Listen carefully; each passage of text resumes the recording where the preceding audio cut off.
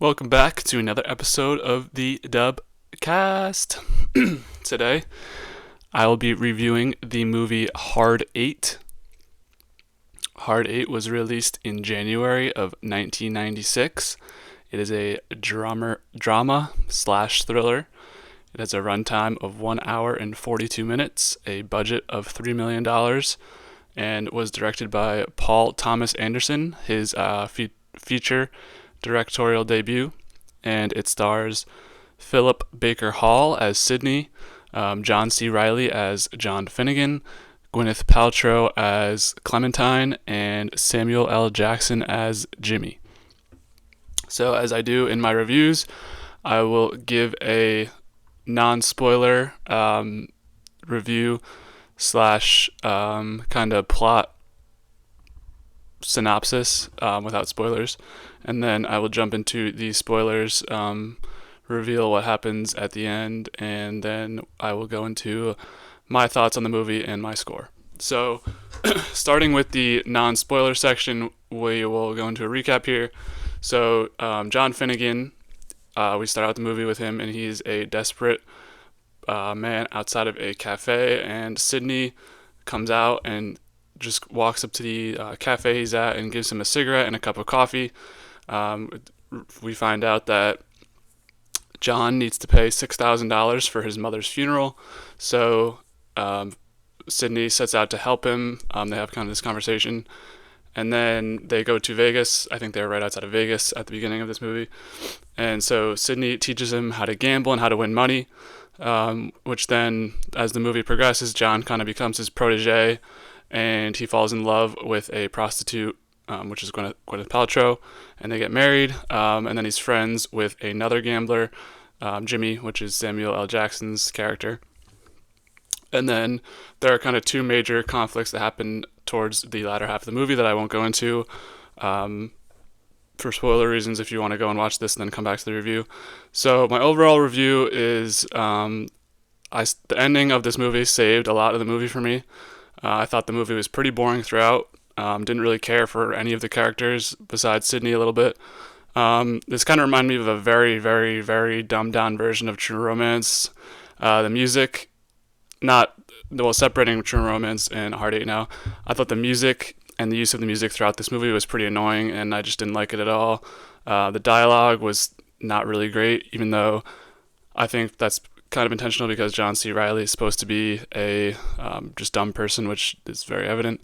Nothing really stood out to me acting-wise besides Philip Baker Hall's performance as Sidney, and I thought Samuel L. Jackson in this movie, his performance was pretty mid and limited.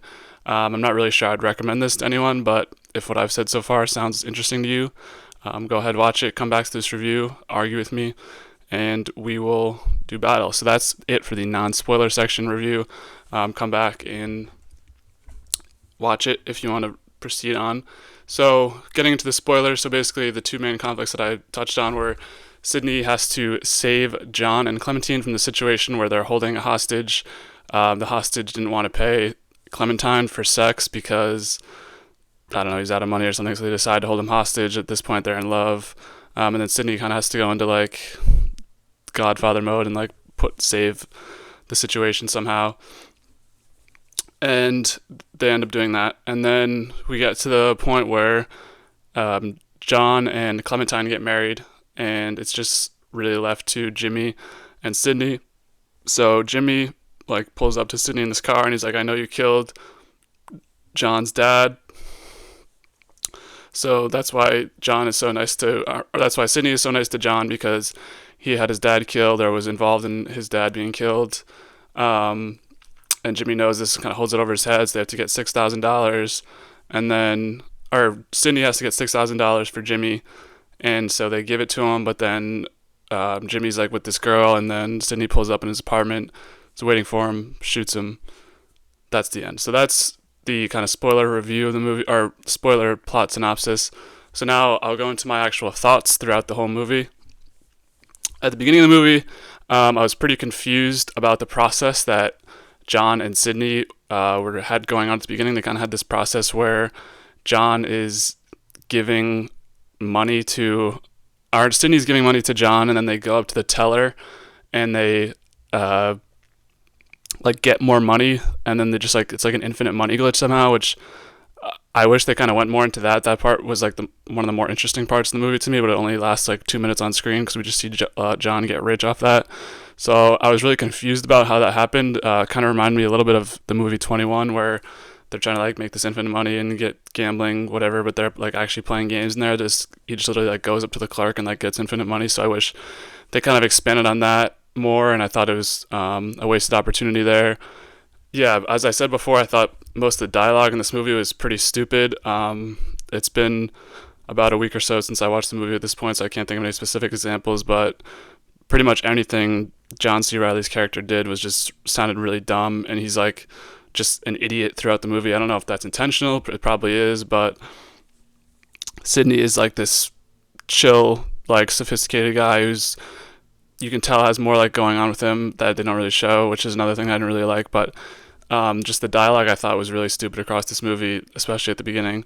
I've never met a guy named Sidney. I don't know if you guys have, let me know, but I thought that was a weird choice for the main character's name, but I guess it's kind of cool that he has this unique name and he's kind of this gangster-ish type, and I wish, as I just said, I wish they went more into his kind of background and what he does, because they really just show like surface level of him at casinos and him like trying to control John and Clementine, and not really like we see him be able to go into this mode where he's like putting out fires and doing blah blah blah, but we don't really see like his actual life and what makes him this way, and like that's why the ending is kind of surprising, but it's also like I wish there was more lead up to that and more context. Maybe I missed context clues.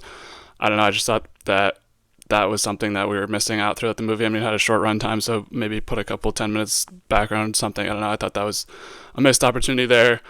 Sidney is just a dead alpha male. I respect the hell out of him. He just grills John, basically. Well, he doesn't grill him like intentionally. He grills him like nonchalantly.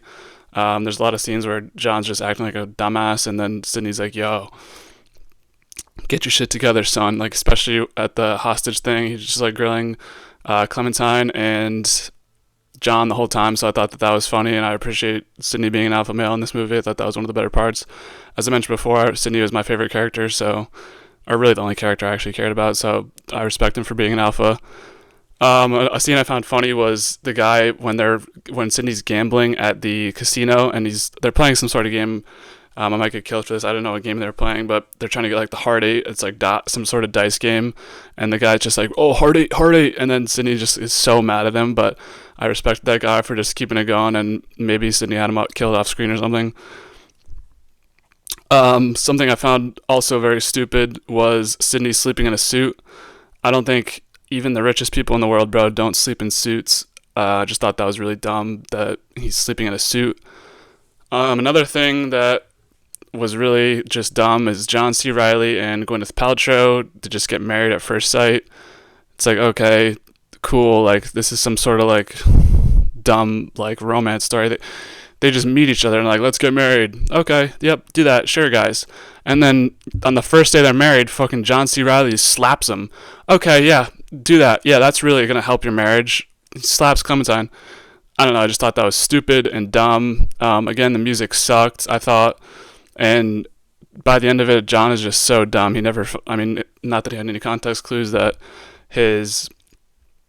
that Sidney had been the one who killed his father, but I just thought he was just too dumb for this movie throughout. So yeah, this is a shorter review, kind of a shorter runtime. Didn't really have a lot to say about this movie besides what I stated before. I'm still kind of working on the movie review format and just seeing what works and what doesn't. I'm going to try and take more notes. I have more things to talk about and bring on guests soon. So that's going to wrap it up for Heart 8. My score for this movie was a 4.7. As I mentioned before, would not recommend this movie to anybody unless you really like Philip Baker Hall or Gwyneth Paltrow or John C. Reilly. Or I wouldn't even recommend it if you like love Samuel L. Jackson, because he's like kind of barely in this movie. He's like in and out. So yeah, my score is a 4.7 for Heart 8, and I'm gonna give it a thumbs down. Did not really like it. So yeah, stay tuned. This will come out probably on the weekend. So this week we'll have Survivor, we'll have an update on sports, and then possibly a update on television shows that I've been watching. I've been watching Succession, trying to get to episode 5 so I can do a little review and check in with that. And I've been watching McGregor Forever. I'm halfway done with that, so I'm going to have a reaction review to McGregor Forever. I'm trying to get to episode 10, and then I will have a guest on to join me and talk about whatever they want to talk about. So stay tuned. Thanks for tuning into this, and have a good one.